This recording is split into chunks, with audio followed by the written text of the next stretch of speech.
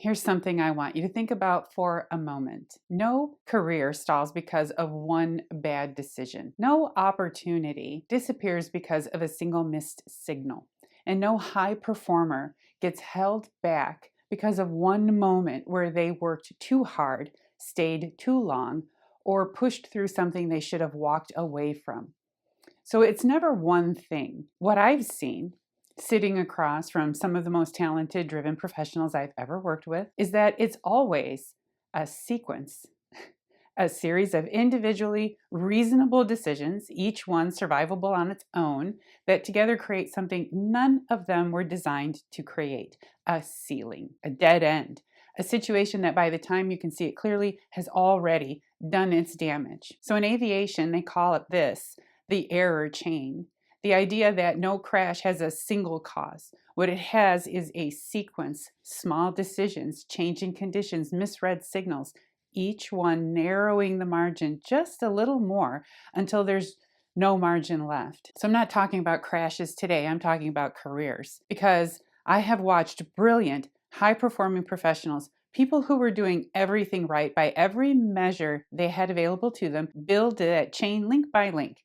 And not because they were failing, but because they were succeeding at the wrong thing. And the very qualities that made them exceptional, their resilience, their work ethic, their determination to prove themselves, were the links that kept adding to the chain that was quietly closing around them. Today, I'm going to walk you through two real situations from my coaching practice. Two different people, two very different error chains. And the 5 questions that I wish both of them had asked earlier before the chain got too long to break. Because here's the thing, the error chain is always visible in hindsight. The goal is to learn to see it in real time. I'm Christina Holloway. For over 25 years, I've coached senior leaders at organizations like Google, GE, and Spotify to architect their authority and navigate the high-stakes politics of the Fortune 500. On this channel, I show you how to recognize the power plays hiding in plain sight and how to communicate with the presence that demands a seat at the table. And what I've learned after decades of sitting across from some of the highest performing professionals in the world is this: the thing that holds most talented people back isn't a lack of skill, a lack of effort, or a lack of ambition. It's a lack of pattern recognition. They can't see the pattern forming. And by the time they can, it's already cost them something they can't get back. That's what we're talking about today. All right, so let's get started. Let me tell you how this usually goes. A high performer enters a new situation, a new boss, a new team, a new set of expectations, and they bring everything that made them successful: their work ethic, their ability to push through difficulty without complaining, their determination to prove themselves no matter what the environment throws at them. And for a while, it works because those qualities are real. They're genuinely exceptional at what they do. The results show it. The track record shows it. And then something shifts. It might be subtle at first, a comment that lands wrong, a responsibility that quietly disappears, a dynamic that feels off but can't quite be named. And because they are resilient, they file it away. Because they're determined, they work harder. Because they have always been able to push through, they push through. And the error chain gets longer. Another link gets added. Here's what I want you to understand about this error chain. It doesn't feel like a chain when you're inside it. Each link feels like a decision, a reasonable, considered, professionally appropriate decision. I can handle this. This isn't worth making an issue of. I'll prove myself through my work. I know how to navigate this environment. Every one of those thoughts is survivable on its own. Every one of them makes sense in isolation. But here's what confirmation bias does. And I want to name this directly because it is at the heart of both situations we're going to discuss today. Confirmation bias is the filter your brain uses to make incoming information consistent with what you already believe. If you believe you're a tough cookie who can handle a male-dominated industry, your brain will work very hard to file every piece of contradictory evidence into a category that confirms that belief. The microaggression becomes something I can handle. The reassigned account becomes a restructuring decision. The credit stealing moment becomes petty, but not a big deal. And this is where C-suite politics gets sophisticated, because the most effective bad actors are stealthy. They operate just below the threshold of what your filter will flag as a real threat. Each move is deniable. Each move is small enough to absorb. They are, whether consciously or not, playing to your bias, letting your own filter do most of the work for them. That's bigger than just bad management. That is a deliberate use of your strengths against you. But here's what I also know, and this is equally important before we get into the stories. The error chain doesn't only form in toxic environments, it forms anywhere a high performer's core belief about how success works stops matching the reality of what the moment actually requires. Sometimes there's no bad actor. Sometimes there's a genuinely supportive leader who cannot break through a deeply held belief system no matter how clearly he communicates. And the chain forms anyway with the same result. Two different environments, two different chains, one pattern. And once you can see the pattern, however, you can break it. So let's get into the first story. The first situation involves a client of mine, a rising executive in the transportation industry, a male-dominated, high-stakes environment where she had built her career by being tougher, sharper, and more prepared than almost everyone around her. She knew how to navigate difficulty. She had done it her entire career, and she was proud of that, rightfully so. She came to me because she had a new boss, and from our very first conversation, something gave me pause. She mentioned, almost in passing, that in the first meeting together, he had told her that he was very supportive of women's success, that his wife was a high-powered attorney in New York, that he believed in women in leadership. And I want to stop there for a moment because I want you to hear what I heard when she said that. A confident leader doesn't need to announce that he's a good guy. He shows you, or she shows you. The moment someone tells you who they are instead of showing you, that is a data point. File it. Don't dismiss it. Don't give it more weight than it deserves for now, but do not let your filter tell you it means nothing. She filed it as nothing. Because as she put it, she was a tough cookie because she had handled far worse. Because one comment in a first meeting didn't rise to the level of something worth tracking. That was the first link. A few weeks later, she gave a high-stakes presentation to her skip level. She was prepared, confident, and it went exceptionally well. Her skip level commended her directly. It was exactly the kind of visibility moment that marks a career on the rise. And I told her, all you need is for your boss to not say anything. And then her boss spoke up. Just one last thing, he said. And in that one last thing, casually, almost as an afterthought, he redirected the credit. Just enough to make sure the win had his fingerprints on it too. He just couldn't let her have that moment. And she said, you are right, because it was a test. We wanted to see what he would do. But she also said it wasn't that big a deal. But we made note of it because he failed that test. And she chose not to make an issue of it. For me, I heard a man who had just watched a woman he managed outshine him in front of his leadership, and he couldn't let it stand.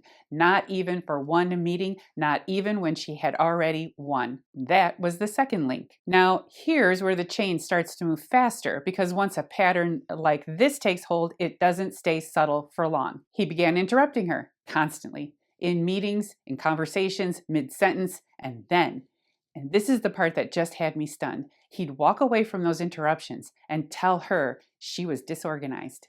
He created the chaos and then blamed her for it. She started absorbing that as feedback. Then he told her she was responsible for not reminding him of an important meeting, a meeting he was responsible for attending. She absorbed it again, filed it as feedback, made a note to be more proactive about his calendar, and I called it out for what it was. This is not feedback.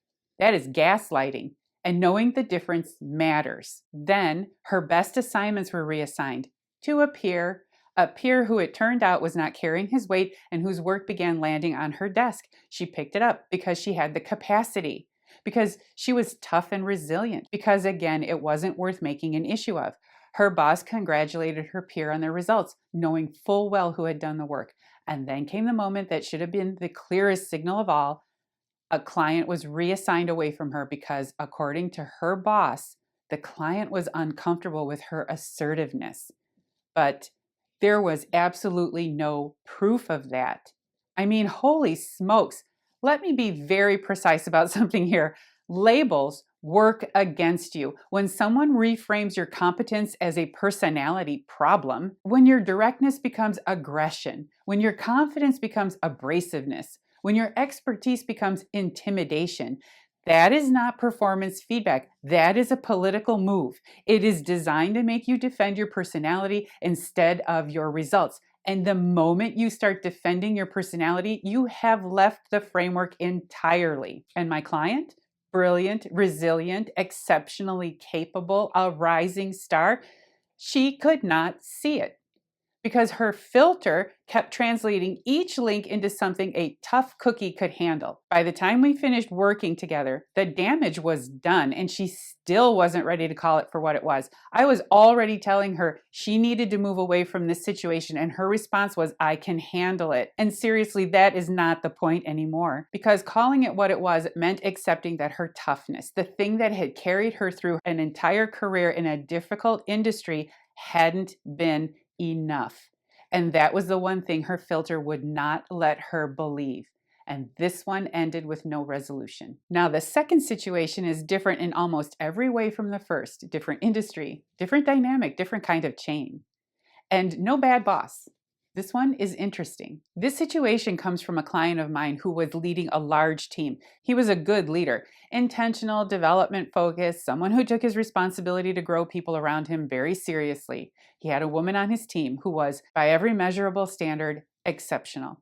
She was sharp, thorough, and dependable, and this is important, she was a complete workhorse. But again, a signal surfaced early. She worked 10, 12-hour days, she worked weekends, she delivered perfection every time without exception. To him, she wasn't leading and she had no balance. He still believed in her, however, because he saw her potential and he wanted to promote her. He came to me because he just couldn't break through to her and he needed to understand why. So here's what was happening. Every time he tried to create space for her to lead, to step back from the doing and into the deciding, she filled that space with more work, more preparation, more execution, more proof that she was the hardest working person in the room.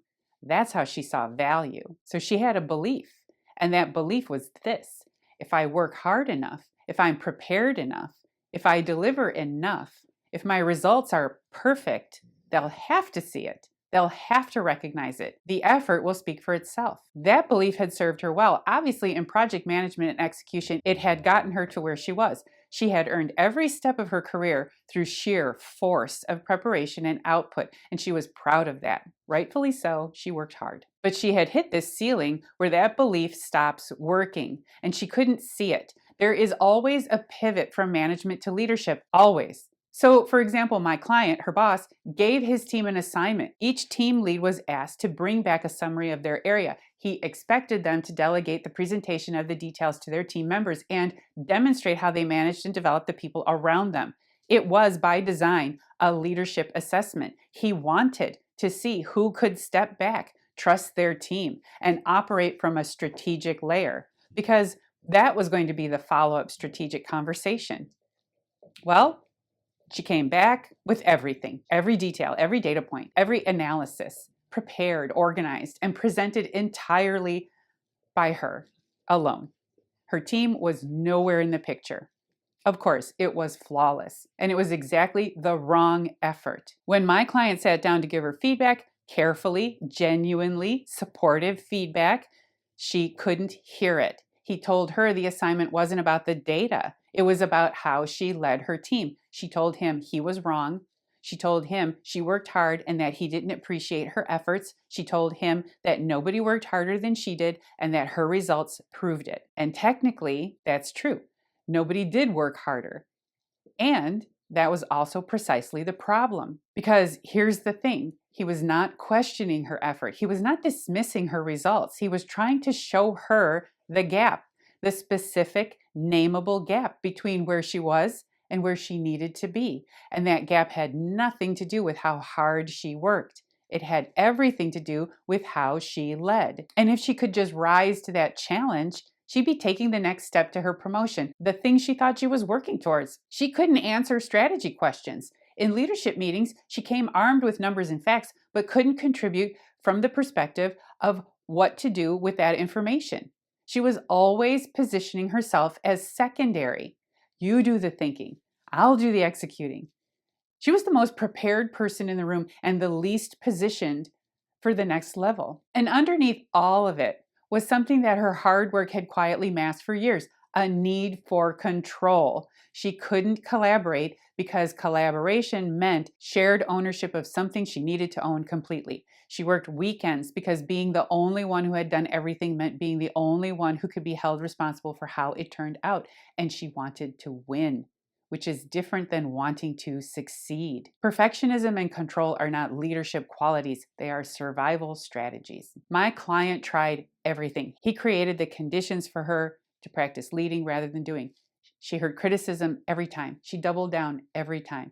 And then she quit. And in her exit interview, she said her boss hadn't supported her growth or appreciated how hard she worked. That he didn't support women, and she felt unappreciated. And he told me that her leaving was a terrible loss, but also he just couldn't keep fighting with her.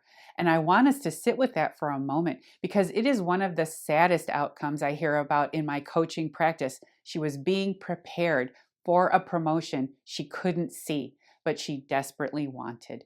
And she left before it could arrive because she didn't agree with what needed to change.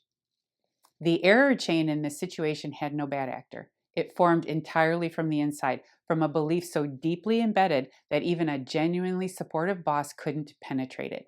She protected her identity right out of a promotion she had earned and wanted. And that's what connects these two stories. One error chain was built from the outside by a boss who knew exactly what he was doing. The other was built entirely from within by someone who didn't even know she was building it at all. Different environments, different error chains, same architecture, same outcome. The thing they were most proud of was the thing that held them back. So now that we've walked through both of these situations, I want to give you something you can actually use. Because here's the thing about the error chain. It is not actually inevitable. It is not irreversible. And it's not invisible once you know what to look for. The chain forms in the gap between what's actually happening and what your bias filter is allowing you to see. And the way you close that gap is by asking questions your bias filter doesn't want you to ask. These are the 5 questions I wish both of my clients had asked earlier. I call them chain breakers because their function interrupts the thought sequence. They force a moment of clarity in a place where your bias filter would rather keep you comfortable. So here they are, 5 questions. Run them early, run them honestly, run them often. Chain breaker number 1, is this person showing me who they are or telling me? A confident, secure leader demonstrates their values through their behavior in how they handle your wins, how they respond to your visibility, and how they show up when you need support, and how they encourage you without being overbearing. When someone leads with a declaration of their values, that's a signal. Because people who are secure in who they are don't need to announce it. They show you. And if they're showing you something different from what they're telling you, believe what they show you. What is your own situation telling you? Is the person you're working for demonstrating their investment in your success or just describing it? The gap between those two things is where the first link of the chain usually forms. Chain breaker number 2, is the floor actually mine? This one is about visibility and recognition. And I want to be very direct about it. If you have the floor, it should be uninterrupted. Less than 100% is not good enough. Being consistently interrupted, talked over, or redirected midpoint is not a communication style difference. It's not something to adapt to or work around. It's a power move, one that's designed to chip away at your authority while making it look like a personality quirk. Ask yourself honestly, when you speak in meetings, can you finish your thoughts? When you present, do you own the room? Or does someone consistently find a way to reclaim it? When you make a point, does it land? Or does it get absorbed into someone else's contribution without recognition? One interruption is a moment. A pattern of interruption is a strategy. And if you've been filing it as something you can handle, stop. Track it instead, because the data will tell you something your filter won't. Chain breaker number 3, is this feedback or is it gaslighting? This is the most important distinction I teach my clients, and it is the hardest one to make from inside the situation because gaslighting is specifically designed to feel like feedback. Here's the difference. Feedback is based on something that actually happened, is specific enough to act on, and is consistent with observable reality. Okay?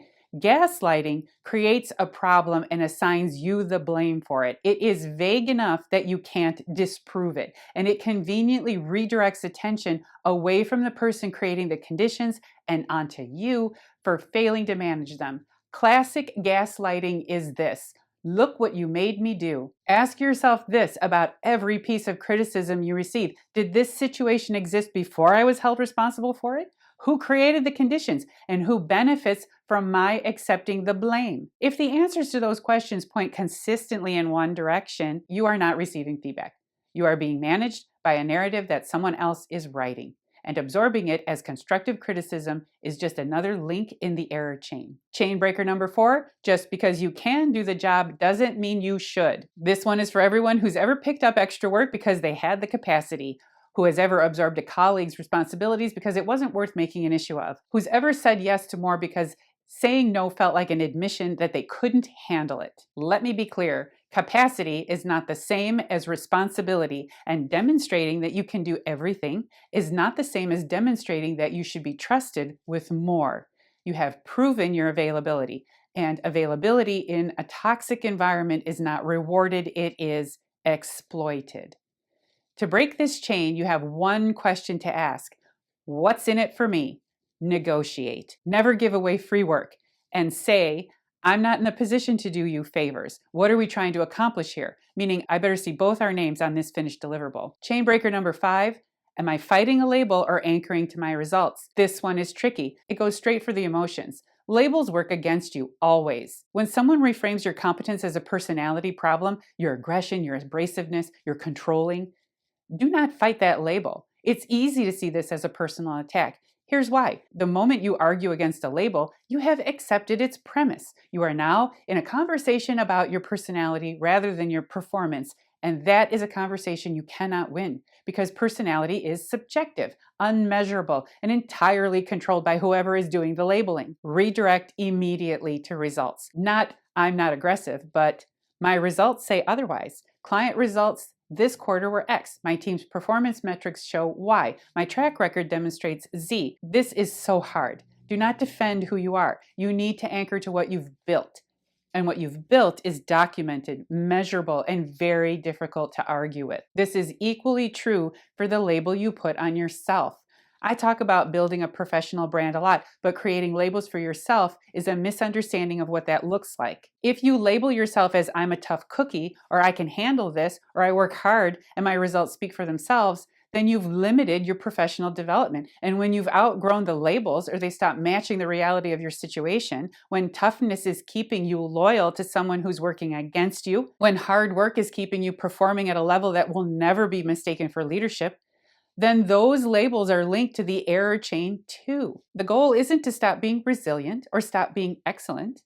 The goal is to make sure those qualities are working for you, not being used against you, and not being used by you to avoid seeing something clearly that you need to see. Ask these chain breaker questions early and often. Ask them honestly. And when the answers point somewhere your confirmation bias doesn't want to go, acknowledge it and then follow them anyway. That's how you break the chain before it breaks you. All right, so I want to leave you with something before we wrap up today. Both of the women we talked about in this video were exceptional, not in spite of the error chains that formed around them, but in a way that was completely unrelated to those chains. Their talent was real. Their track records were real. We were rooting for them. We wanted them to succeed, and none of that protected them, because they reached a point where they stopped questioning whether the strategy that got them here is still the right one for where they're trying to go. What got you here won't get you there. Great book. I'll link it below. This is the conversation I want you to take away from today. Not, am I working hard enough? Because I already know the answer to that. You are. The question is whether the work you're doing is visible, cross-functionally, valued by the right people, and contributing to where you actually want to go. And if you're not sure, if something in today's video landed in a way that felt uncomfortably familiar, then sit with that feeling, because that feeling is data. It isn't nothing. As we move through this March series on the toxic politics of the C-suite, I want you to hold on to this. The most sophisticated power plays don't always come from someone else.